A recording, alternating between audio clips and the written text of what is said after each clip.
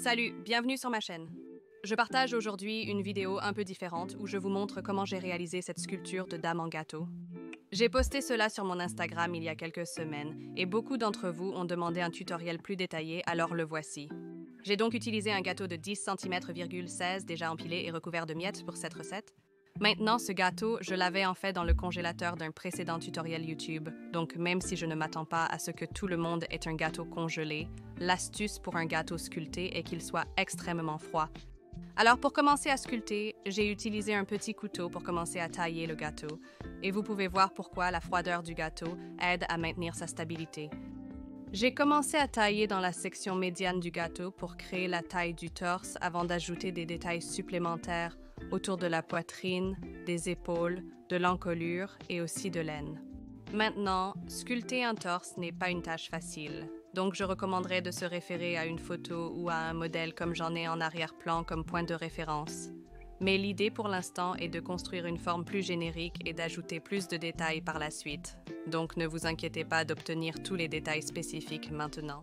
Donc ce que j'ai fait ici, c'est en fait avec toutes les chutes, j'ai fait une sorte de mélange pour Cake Pop.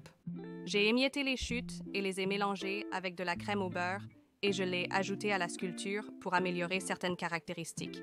Par exemple les seins, les hanches et bien sûr les fesses. Maintenant, j'aurais probablement dû porter des gants car c'était un travail assez salissant. Mais ce gâteau n'allait nulle part. C'était juste pour que je m'entraîne et essaye cette technique. Mais vous pouvez voir à quel point cette consistance de pop cake est malléable. Donc le bas nécessitait plus de jus, donc je l'ai ajouté là. Une fois qu'il a atteint une forme générale, je l'ai réfrigéré avant de continuer avec une couche de ganache. Donc cette ganache est une ganache plus épaisse. C'est 2 fois plus de chocolat à la crème. La raison de cela est que je vais utiliser la ganache dans le cadre de la sculpture. J'ai donc poursuivi avec ma spatule à palette et j'ai étalé une couche de ganache sur tout le gâteau. Honnêtement, la majorité des détails que j'ai sculptés dans le gâteau étaient cachés, d'où ma remarque que la précision n'est pas essentielle lors de la sculpture du gâteau.